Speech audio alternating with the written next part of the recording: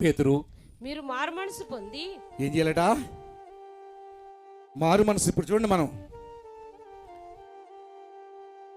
ఇక్కడ నేను ఉదాహరణకి ఎంతమంది బాప్తీసం తీసుకున్నారంటే అందరూ కొంతమంది చేతులు ఎత్తారు.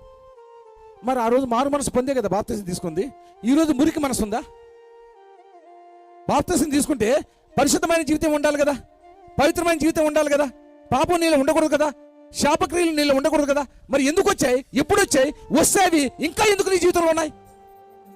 అంటే నువ్వు తీసుకున్న బాప్తీసం దొంగదా? నువ్వు తీసుకున్న మారు మనసు అబద్ధమా?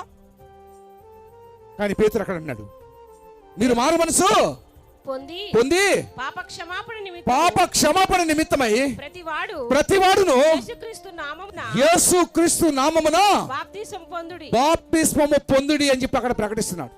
ఇంచుమించి ఎంతమంది? 3000 మంది మారారట. 5000 మంది ఉన్నారా? 10,000 మంది ఉన్నారా? ఈ రోజు మైకులు పెట్టి వేలు లక్షలు ఖర్చు పెట్టి చెప్పిన దిక్కు లేదు వీరికే. పేతురు ఎత్తైన స్థలం ఎన్నుకున్నాడేమో, గాలివాటం ఎందుకున్నాడేమో, నిలబడి మాట్లాడుతుంటే పిన్ డ్రాప్ సైలెంట్. కారణం విశ్వాసం, కారణం నమ్మకం. ఆయన ఏదో చెప్తున్నాడో మనం విందాం, ఆయన ఏదో చెప్తున్నాడో మన బతుకులు మార్చుకుందాం, మన స్థితిని మార్చుకుందాం.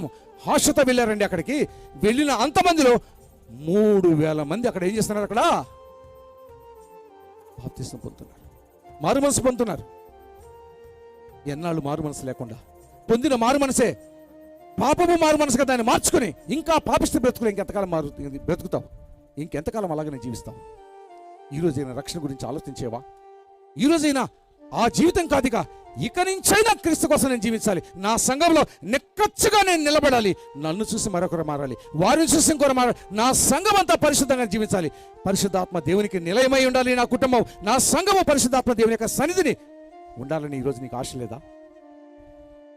ఆ తపన ఆరటం లేదా? మారు మనసు పొందినటువంటి స్థితి, మారు మనసు పొందినటువంటి పరిస్థితి కూడా అక్కడ జ్ఞాపకం చేస్తున్నాడు.